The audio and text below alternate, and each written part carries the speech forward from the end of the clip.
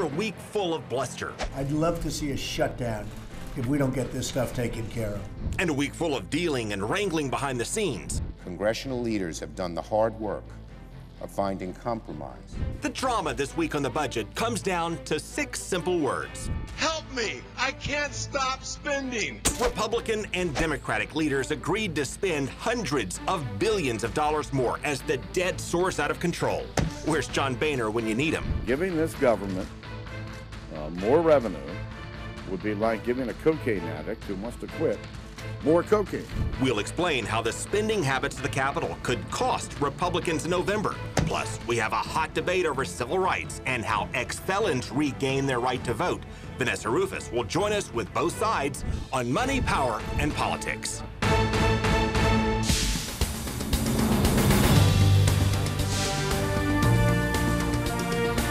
We'll start with some good news and bad news. Good news, people across Central Florida donated a lot of food and supplies to help the people of Puerto Rico after the hurricane. Bad news, the federal office that collected many of those donations said it did not have the money to pay for shipping them.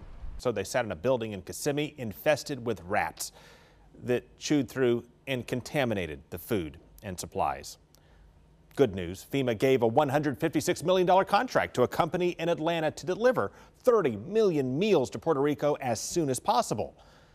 Bad news, the company had no experience in mass disaster relief and 5 canceled government contracts in its past. 30 million meals were needed, only 50,000 were delivered. Good news, FEMA hired a company near Kissimmee to deliver emergency tarps to Puerto Rico. Bad news, by company, we mean a guy based out of his house who had no experience in delivering tarps, who could not deliver the tarps. Good news, the feds gave Florida $1 billion in money cards for disaster food assistance on the honor system. Bad news? So you think we paid to get your colleague drunk? No, I know we paid to get him drunk. I don't think, I know. It brings back some awful memories from 12 plus years ago. Brownie, you're doing a heck of a job. Yeah, after the inept federal response to Hurricane Katrina, a bipartisan investigation in Congress found, among other things, FEMA did not plan ahead, that it failed to vet and line up contractors before a storm, leaving it to scramble and fail after the fact. And 12 plus years later, there may either be more failures in planning, or maybe it's an overreaction to what happened 12 plus years ago in an effort to appear more responsive, just giving money away left and right. But either way, we're seeing far too much incompetence and waste in our federal government while it's on a path to going broke. And it's not just FEMA. We have tracked wasted money and sloppy accounting at the Pentagon for years. Remember what former Defense Secretary Rumsfeld said before September 11th. We cannot track $2.3 trillion in transactions. Could not track $2.3 trillion, and that was before 2 wars. After that, a Reuters investigation found it was more like $8.5 trillion. So they've never taken an inventory. It's, quote, too big. Well, the Pentagon is finally facing its first full audit that could cost $1 billion just for the full audit. Meanwhile, an audit this week of just the Pentagon's purchasing arm found the Pentagon can't account for $800 million in construction projects. Quote, DLA concurs with Ernst & Young's assessment of our failure to properly account for and track funding to specific construction projects. And in response, the Pentagon agreed that it failed to account for and track that money, all while the president wants to give the Pentagon billions of dollars more and has ordered the Pentagon to spend more money on a full-fledged military parade like the one he saw and liked so much in France. Chuck Grassley said something his fellow Republicans would be wise at this point to take to heart. They never follow the money. Everybody respects the military, and we ought to. They put their lives on the line for our freedom and liberties. We ought to. But I think they get too much leeway just because of that respect. Yes, Republicans are also in danger of repeating other mistakes from 12 years ago. I covered a young Republican conference in Miami after Republicans got crushed in the 2006 midterms, and they knew where and why they failed. They stopped being Republicans. That's what happened. The base revolted. You cannot be a Republican and spend money like a drunken sailor. There was no reason to vote for Republicans for the general population because they had no idea what it meant. Well, for decades, it's meant fiscal restraint, working hard to balance the checkbook so our kids don't get crushed by debt. And Trump ran and won on that. The national debt in a very short period of time is going to be $21 trillion. We are mortgaging our future. We are going to have to pay this money back at some point, and at some point it's going to be impossible. And then he cut taxes, which will grow the economy, but without cutting spending, which will grow the national debt. And this week, we learned the government will borrow nearly $1 trillion just this year, approaching double what it borrowed last year, borrowing more than it has in 6 years. We're getting to be a large-scale version of Greece. We never do cutting. Now, here's how Republicans like Marco Rubio explain what they're now doing. Do you at least fear a little that this might accelerate our path to Greece? I don't, because it will generate economic growth that will substantially reduce that. Second, we weren't going to fix the debt problem through the tax code anyway. We couldn't tax our way out of this debt. So you need economic growth, and then you need to bring future spending, the growth of future spending, under control. Not cuts, like some people run around saying, but basically limit the growth in spending. This is part one of a two-part plan. You've got to do both. What are your hopes that Congress will be able to address part two? Well, it's hard. It's much harder than tax reform, but it needs to happen whether the next Congress does it or a Congress in 5 years does it. So maybe a Congress in 5 years can do it. And by it, he means not cutting, but limiting the growth of spending. Meanwhile, remember how the stock market took a dive on Monday? The Dow Jones Industrials just lost all gains for 2018. We are now negative on the year. Well, the tax cuts are helping people earn more money, but the decision to cut taxes while the economy was already doing very well made traders worry that the tax cuts may overheat the economy and drive inflation and interest rates. And when interest rates shoot up, so will the interest we have to pay on our runaway national debt. We'll show you what Congress could do about this in the second half of our show. But first, we want to show you how the issues are playing right now in Florida and where the races stand in the latest round of polling. A Florida Atlantic University poll shows President Trump is 3 points underwater in Florida. 41% approve, 44% disapprove. Floridians are split on Trump's call for a southern border wall. 43% want the wall, 45% do not. Most oppose oil drilling near Florida, 52 to 26%. In the race for U.S. Senate, Bill Nelson is basically tied with Governor Rick Scott, presuming Scott runs. And in the race for governor, Mason Dixon shows Gwen Graham is the Democratic frontrunner, with Philip Levine just 3 points behind. And Adam Putnam is the Republican frontrunner, with Ron DeSantis just 4 points behind. And voters will also decide whether most felons should regain the right to vote here in Florida. A judge struck down Governor Scott's process for deciding that on grounds that it's too restrictive, and the governor is defending his process. But in the end, this one can be decided on the ballot instead of a courtroom. And Vanessa Rufus is going to show you what both sides have to say about that. This one is my favorite. It's Amazing Grace. Coral Nichols lines her office wall with inspiration. My master's degree is something I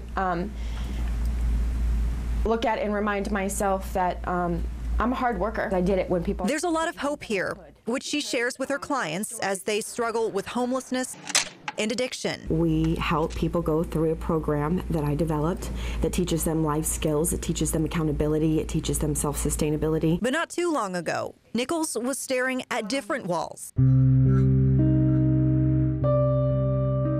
And this picture defined her life. Laying in bed in the county jail, I told God, I remember, I said, if you are who you say you are and you can do what you say that you can do, then take my life.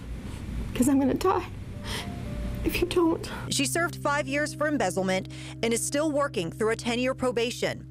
As a convicted felon in Florida, she is barred for life from owning a firearm, serving on a jury, and voting. But in the last 13 years, I have made every effort to be different. And the word Department of Corrections, correction means to redirect. It means to change something. Well, I've been corrected. but I'm continually punished. Like others seeking to become full citizens again, her only hope is a meeting with Florida's Clemency Board. This is my last year as governor. That's the governor and his cabinet. But even after her sentence and probation are complete, she still has to wait 5 more years to even ask for that meeting. I will be 55 years old, and I'm 39 right now, before I can even see the governor and ask him, with 1 minute, to explain to him why I'm different. And I'm sorry. Even then, there's no guarantee. Nearly 30,000 felons have applied to regain their civil rights since 2011. Fewer than 2,900 succeeded. That's less than 10%. We have people who have, written a bad check 26 years ago who are still waiting for the clemency process to play out. Neil Voles with the Florida Rights Restoration Coalition says the long wait discourages many from even trying. It's very subjective in nature, it's cumbersome, and it makes it very hard for somebody to kind of walk through that process. In November, Floridians will be asked to decide on the group's proposed amendment. If approved, it would automatically restore voting rights to most felons who complete their sentences, including parole and probation. Murderers and sex offenders would still have to go through the current clemency process. This is a recognition of taking it out of elected officials' hands and creating a process that would allow the people who have paid their debt back to society the ability to join their communities fully and become full citizens and have their voices heard. Most good people are somewhere in the middle. Richard Harrison with Floridians for Sensible Voting Policy says that the current system isn't perfect, but believes this amendment is a bad idea. It treats the first-time felon who committed a nonviolent crime exactly the same way that it treats somebody who's been a career criminal and has actually hurt people. It makes no distinction. He says Florida should try to streamline the process instead of scrapping it altogether. Doing it on a case-by-case basis is the fundamentally correct approach. So in a separate move, there is a bill going through the Florida legislature which proposes keeping the current case-by-case system, but moving the decision-making to judges rather than having it in the hands of elected officials. Now, this could speed the process up, but potentially the downside is that standards can vary from judge to judge. In terms of numbers, how many people are we talking about here? How many ex-cons would be affected by this in Florida? Anywhere between 1.6 and 1.8 million people. That is the highest rate in the entire nation, more than any other state. Good insight, Vanessa. Thank you. You're very welcome. Coming up, this is the government of Puerto Rico's Florida office where they wound up feeding hurricane relief donations to rodents. How can that even happen? Who's responsible? And what can we do about it?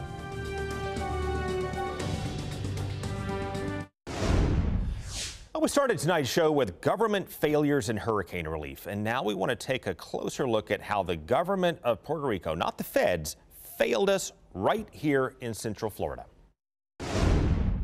If you bought and donated food to the storm victims in Puerto Rico, it may have been delivered to this building in Kissimmee, where boxes of food and disaster supplies sat for months as rodents chewed through them and ate them. Everything that we have in this building right now is contaminated. It's not good for consumption. Hector Rodriguez volunteered in the effort to collect and deliver these boxes, which again were never delivered. Break my heart that we have goods right here wasting. This building was the regional office for the government of Puerto Rico. The bureaucrats forgot to take down the clock. They won't be back at 8 o'clock.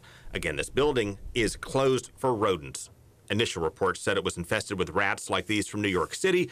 A spokesman for Puerto Rico later told us it was infested with mice. Either way, they knew this building was infested with rodents before Hurricane Maria hit Puerto Rico, and yet they still decided to use it to stockpile food and supplies for the storm victims, Puerto Rico. A spokesman said they couldn't send these boxes to San Juan because they didn't have the money to pay for shipping. Now please welcome E.J. Otero, former Director of Intel Operations at CENTCOM, who also led private relief efforts for Hurricane Maria, the largest in Florida, and did so very successfully, drew a lot of praise from Senator Marco Rubio's office, among others. However, you look at what happened with the government of Puerto Rico. They're saying they didn't have the money to ship those supplies from Central Florida. How can that be? Well, that's unacceptable because the fact is that Puerto Rico was declared a disaster area. And as such, the governor of Puerto Rico has the total control on calling for Air Force assets to come in and bring supplies from the United States as needed, humanitarian aid as needed. So they could have called the Air Force and said, hey, we've got these supplies, pick them up. They would have picked them up. Absolutely. I don't accept the explanation that they gave that in Orlando, they didn't have enough money and they couldn't fly this stuff to Puerto Rico. That is unacceptable. The Air Force was more than willing to do it. The governor didn't ask. Of the spoiled supplies we found sitting in Central Florida, how does that compare to the spoiled supplies you saw sitting in San Juan? Well, you know, in San Juan, we're talking about 5,000 containers that were sitting there for a long period of time. So let's be clear. You have Puerto Rico grossly mismanaging hurricane relief. I agree. I think so. And now we have $90 billion more in disaster relief from the federal government. Who's to say much of that will not also be wasted? Well, there is a joint board from the federal government that is supposed to oversee all these expenditures going to Puerto Rico. How they kick that in, the oversight from Congress, there is no guarantee that that's going to happen. I hope that they develop a proper oversight process within Puerto Rico like many private groups had, like we had. On the spending deal, you have fiscal conservatives like Rand Paul saying that Congress is spending money like drunken sailors. First off, have you met drunken sailors in your course of your experience? I have a couple. Okay, is that fair to drunken sailors? No, it's not fair to drunken sailors. They're good guys, and sometimes when they have a couple of bucks in their pockets, they know what to do with it. What's happening in Congress is they have shifted priorities. We have gone from the social justice priorities from the previous administration to the pro-military and other priorities of the present administration. Well, you're getting both. You're spending more absolutely. domestically, you're spending more on the military, you're just spending. What happened to the Republican Party as the party of fiscal restraint? Well, they actually gave in. They gave in the negotiations, and they decided that to get this going, to get the money flowing back in the government, and not to have a blockade, an economic blockade in the form of a shutdown or so on, we need to compromise, and they did. What's the point of no return? At which point do we go broke? Well, that is a funny thing, depending on what the Mint wants to do. If they want to continue printing, yeah, we're going to have these problems. The decisions on fiscal responsibility actually permeates Washington as a whole. At some point, it's going to get us, unless, of course, we have this incredible inject of new dollars coming into the United States back from the outside. Because if money keeps leaving and we keep printing money, we're facing a disaster. But if we have new money from the outside coming in, investments from the world coming back into the United States, you may actually hold that off for a decade or two. But at some point, somebody's going to put their big boy pants on and say, we cannot spend like this anymore. E.J. Otero, thank you for joining us. My pleasure. Coming up, we're going to dig more into the budget deal in Washington with winners and losers and what happens next. President Trump spent week after week hyping the stock market. The stock market is smashing one record after another. The stock market has smashed one record after another. And then it got smashed again and then again this week. Our pollster and prognosticator Matt Towery saw it coming 2 weeks ago. He said, I believe the next 2 weeks may well see the biggest jolt to the markets in several years because you can't just keep racing up the charts without a breather. A lot of different things at this point are hitting the stock market, but a big part of it is growing wages, and that is very good. But investors know if companies have to pay more to retain their workers, it will cut down on profits, which drives down stocks. And they'll also likely have to charge more for their products, which will drive up inflation. And when there is inflation, the Federal Reserve raises interest rates, or the cost of borrowing money, which once again cuts into profits, which once again drives down stocks. Meanwhile, our federal government just agreed to borrow and spend much more money just when we're expecting the cost of borrowing money to shoot up, meaning our debt will continue to shoot up far more than it already has. It seems the only thing we could do in a bipartisan way is bust budget caps and spend more money. A few years ago, President Trump, then Donald Trump, told Larry King we need a debt limit. Because it keeps a lid on expenses. It keeps a lid on borrowing money. You do want to keep a lid on it, But they've totally lost control, Larry. Totally lost control. But now to push through all the extra spending, they're blowing through the spending caps, on course to spend an extra $300 billion through the next 2 years. Now, we've got to leave you with some good news on the bright side. SpaceX appears to have slashed the price of space travel and changed the course of history this week with a Tesla on the way to Mars. Well, Presidents Bush and Obama took a big risk a few years ago by pulling the plug on our space shuttle program without a glide path to something else. Clearly, we became reliant on the Russians to get us into space. But look at this innovation that we saw earlier this week. This is not the government. This is the work of commercial enterprise. Instead of boosters splashing into the ocean, landing right back in place or where they are programmed to land. And a very exciting innovation from SpaceX, which appears to have found a way to blast into orbit. And you're seeing here the quote-unquote Starman on his path to Mars in a way that was far cheaper in ways thought possible. That could ultimately supplant the SLS system that NASA is working on, bring more jobs and innovation to Florida. Folks, that is our show. We will see you again for Money, Power, and Politics next week. Take care.